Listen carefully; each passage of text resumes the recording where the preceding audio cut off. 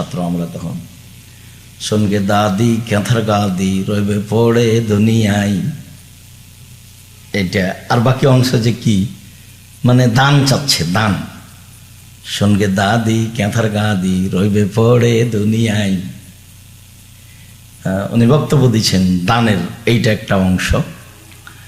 আর আব্দুল মালিক নামে জামাত ইসলাম করতেন একটা লোক, গোদাগাড়ির, কিছুদিন আগে মারা গেছেন।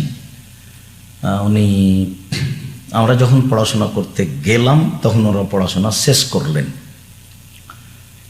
তো উনি, ওনার বক্তব্য আমার একটা মনে আছে, এটা 78-79 সালের বক্তব্য হবে। ধাগাওয়ালা আইসা বলে ধাগা লিবা ধাগা, কেউ বলে লাল লিব, কেউ বলে কালো, কেউ বলে এমিন শাটার ধাগা লয় খুব ভালো। এইটা বক্তব্য আমার মনে পড়ছে। আমি ওভাবে তো অত মনে নাই, আংশিকভাবে একটু মনে আছে। আর আমি আবার নাম না উল্লেখ করে বলি, সেটা হলে এই যে বাপ মায়ের সেবাতে একজন বক্তব্য দিয়েছেন একদিন। বাবা বাইজিদ গভীর রাতে একদিন বাইজিদের মাথা পানি চাইলেন। বাইজিদ উঠে দেখলেন বাড়িতে পানি নাই, দূরে পানি আনতে চলে গেলেন। পানি নিয়ে এসে দেখেন বাইজিদ মাথা ঘুমিয়ে গেছেন। বাইজিদ চিন্তা করে, এখন যদি আমি ঘুমিয়ে যাই, রাতের কোনো অংশে যদি আমার মা পানি চান, নির্ধারিত সময়ে যদি পানি না দিতে পারি, আমি উপযুক্ত সন্তান হতে পারবো না। এইটা মনে করে বাইজিদ গিলাস হাতে করে মায়ের মাথার পাশে দাঁড়িয়ে থাকলেন। থাকতে থাকতে সকাল হয়ে গেল, মায়ের ঘুম ভেঙে গেল। মা দেখেন পাশে বাইজিদ দাঁড়িয়ে আছে। বাবা বাইজিদ, তুমি কেন মাথার পাশে দাঁড়িয়ে আছো? আম্মা, আপনি সন্ধ্যা রাতে পানি চেয়েছিলেন, দেখি বাড়িতে পানি নাই, দূরে পানি আনতে চলে গেলাম, পানি নিয়ে এসে দেখে আপনি ঘুমিয়ে গেছেন। আমি চিন্তা করলাম গিলাস রেখে যদি আমি ঘুমিয়ে যাই, আমার মা যদি রাতের কোনো অংশে পানি চান, আমি যদি নির্ধারিত সময় দিতে না পারি, তাহলে আমি উপযুক্ত সন্তান হতে পারবো না। তাই আমি গিলাস হাতে করে আপনার মাথার পাশে দাঁড়িয়ে আছি। মা গিলাসটা হাতে নিয়ে পানিটুকু পান করে নিয়ে আল্লাহর কাছে দোয়া করতে লাগলেন, আল্লাহ তুমি আমার বাইজিদকে কবুল করো। মায়ের দোয়া কবুল হয়ে গেল, বাইজিদ বড় আলেম হয়ে গেলেন। এরকম আমি শুনেছি, আমার মানে স্মরণে আছে মোটামুটি। তাছাড়া এদেশে বক্তব্য দেওয়ার শুরু থেকে নিয়ে এখন পর্যন্ত আমি কারো বক্তব্য তেমন শুনিনি। হতে পারে আর কেউ খুব কটক্ষভাবে গালি দিলে, টুকটাক কেউ বলে আমাকে, আমি তো আর ওই মোবাইল চালাতে পারি না, আমি দেখতেও পারি না। এখন যেমন আবদুল্লাহকে অনেকে ধুয়ে ছেড়ে দিচ্ছে, তা আমি ওই দেখতেও পাই না, মোবাইল চালাতেও পারি না। তো আমরা আবার শক্ত অবস্থানে আছি যে আরো যদি ধুয়ে দেয় তো আমরা মুখ খুলব না। কেননা আমরা আমাদের কাজ নিজেরা চিন্তা ভাবনা করে করি না, যেটা আল্লাহ আমাদের কাছে নিচ্ছে সেটা আমরা করছি। আমাদের কোনো কাজ বৈঠক করে নয়, পরিকল্পনা করে নয়। আবদুল্লাহর কোনো কাজ পরামর্শ বৈঠক করে নয়, যখন যেটা যেভাবে আসছে ভালো মনে করা হচ্ছে যেটা, সেটা গ্রহণ করা হচ্ছে। এরপরে যার যা মনে হবে সে তেমন করে ধুয়ে নেবে, তাতে আমাদের কাছে কিছু আসে যায় না। চেষ্টা করি মানুষের কথার উত্তর না দেওয়া, কেননা আমি যদি উত্তর দিতে, আমি মানুষ ছোট হয়ে যাবে, উত্তর তো ওও দিতে পারে, ও পারে না তো ওই দেখ। সিলেট সুনামগঞ্জের ওসি আমাকে বলছে যে সিগনেচার করেন, মামলা আমি চালাবো। আমি তো মামলা করব না, তো সিগনেচার করব কেন? আমি যদি মামলা সিগনেচার করি তাহলে আমি মামলা চালাচ্ছি, আমি একজন মানুষ, আমি আর কি তার ক্ষতি করব? তা আমার মামলাটাও উপরওয়ালা চালালে হয় না? তো ওই চালাই, তাহলে ও তার মতো মামলা চালাবে, কখন কি করা লাগে সেটা দেখবে। আমি আমার মতো দেখলে তো আমি মানুষ, ভালোর চেয়ে মন্দ হবে বেশি।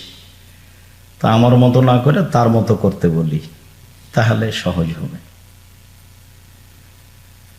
আল্লাহ রহম করো। রাসূল সাল্লাল্লাহু আলাইহি সাল্লাম বলছেন, 7 শ্রেণীর মানুষ বিশেষ ছায়াতলে থাকবে। সেই দিন আল্লাহর ছায়া ছাড়া কোনো ছায়া থাকবে না। সেদিন সূর্য মাথার 1 মাইল উপরে থাকবে, এটা বুখারী মুসলিমের হাদিস। আর আধাত উপরে থাকবে, এটা আমাদের শোনা কথা। এইখান থেকে কথা এসেছে, যেগুলো এতক্ষণ পর্যন্ত শোনালাম, আমরাও বক্তব্য শুনেছি এরকম। তাতে আব্দুল কাদের জিলানীকে নিয়ে আমি খুব অবাক শুনেছি। বগুড়া নগর মাদ্রাসায় একজন বক্তব্য দিচ্ছেন এক মাওলানা। তো উনি বলছেন যে আব্দুল কাদের জিলানীর বাড়িতে ভিক্ষুক ভিক্ষা করতে এসেছে। তো আব্দুল কাদের জিলানীর মা ভিক্ষা দিতে গেছে। তা আব্দুল কাদের জিলানীর মাকে দেখে ভিক্ষুক আকৃষ্ট হয়েছে, তার মার সাথে অন্যায় করবে। তো এইটা আব্দুল কাদের জিলানী পেটে জানতে পেরেছে, পেট থেকে তখনও বাঘের আকৃতিতে বের হয়ে ফকিরকে হত্যা করেছে। এটা ওনার বক্তব্য জনগণের সামনে, আলেম মাদ্রাসায়। তাহলে ছাত্রছাত্রী আছে, শিক্ষক শিক্ষিকা আছে, অনেক আছে, এলাকাবাসী আছে বগুড়া নগর মাদ্রাসায়। আজকে তার কাছাকাছি যাবো ইনশাল্লাহ। তো বক্তব্য দিলেন। তো আমি আবার একদিন পরে যাচ্ছি, যে গিয়ে বলছে, আচ্ছা কেউ যদি ওখানে লাফ দিয়ে দাঁড়িয়ে বলতো, পেটের মধ্যে থেকে তো বাঘের আকৃতিতে বের হলেন, তো ঢুকলেন কিভাবে? এইটা তো, কেননা তার প্রসাবের সময় এখনো হয়নি, তাহলে পেটের মধ্যে যাওয়ার একটা বিবরণ দিতে হবে। আর ও তো জেনা করেনি, এখন তাকে হত্যা করা যাবে কি না? যদি জেনা করে আর বিবাহিত হয় তাহলে হত্যা করা যাবে, আর যদি বিবাহিত না হয় তাহলে তাকে 100 লাঠি মারতে হবে জেনা করলে। তো জেনাই তো করেনি, সেটা তো 100 লাঠি তো হয়ই না। তো এখন জেনা করলে, বিবাহিত প্রমাণ হলে সেটা হতো। এরকম চলছে। তো অর্ধ হাত উপরে নয়, 1 মাইল উপরে। সেই দিন মানুষ ঘামের মধ্যে থাকবে। আল্লাহ নবী বলছেন, মিনুম মায়াকুন ইলা কাবাইহি, কারো কারো ঘাম হবে টাকনু পর্যন্ত, কারো কারো ঘাম হবে হাঁটু পর্যন্ত, কারো কারো ঘাম হবে কোমর পর্যন্ত, কারো কারো ঘাম হবে নাক পর্যন্ত, শরীরের ঘাম। তো 7 শ্রেণীর মানুষ সেদিন ছায়াতলে থাকবে, তার আর ঘাম হবে না। তার 1 শ্রেণীর মানুষ হচ্ছে ইমামুন আদেল, ন্যায়পরায়ণ নেতা। নেতৃত্ব খুব কঠিন জিনিস। আবু যার গেফারি বলেছিলেন যে আমার এলাকার নেতা আমাকে করে দেন। তো আল্লাহ রাসূল বলছেন, তুমি দুর্বল মানুষ, তুমি কি নেতৃত্ব দিবা? নেতৃত্ব দিতে ওমর, যে 15-20 হয় না, আর 20-15 হয় না, তার নাম নেতৃত্ব।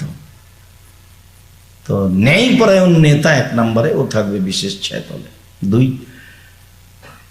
শাবুন নাশা ফি ইবাদাতিল্লাহ, ওইসব মানুষ যারা যুবক থেকে, বাল্য অবস্থা থেকে ইবাদতে অভ্যাসী, 7 বছর থেকে সালাত শুরু করেছে, 8-10 বছর থেকে সিয়াম পালন শুরু করেছে, নিয়মিত পুরো জীবনটা শুরু থেকে এভাবে চলেছে, এরা থাকবে বিশেষ ছায়াতলে।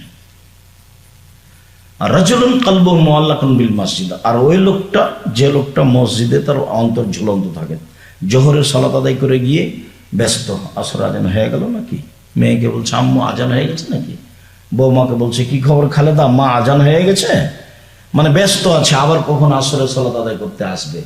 এই মানুষ থাকবে বিশেষ ছায়াতলে। আর ওরা দুই শ্রেণীর মানুষ, যারা আল্লাহর জন্য ভালোবাসা গড়েছিল, কারো কাছে কোনো খারাপ দেখার পরে ভালোবাসা ভেঙে দিয়েছে, যে না তোমার সাথে আমি থাকবো না, তোমার এই চালচলন, তোমার এই কথাবার্তা। তো এ থাকবে বিশেষ ছায়াতলে। আর রাজুলুন যাকারাল্লাহ খালিয়ান ফাফাজাত আইনাহু, এই শব্দটা হলে, বাক্যটা হল তরজমাতুল বাব, আলোচনার সঙ্গে সম্পৃক্ত। সেই ব্যক্তি থাকবে বিশেষ ছায়াতলে, যে আল্লাহকে একাই নির্জনে ডাকে, আর 2 চোখের পানি ঝরঝর ঝরঝর করে ঝরে। এই থাকবে বিশেষ ছায়াতলে। আল্লাহকে নির্জনে ডাকে, কেউ নেই, একাই দরজা বন্ধ করা আছে,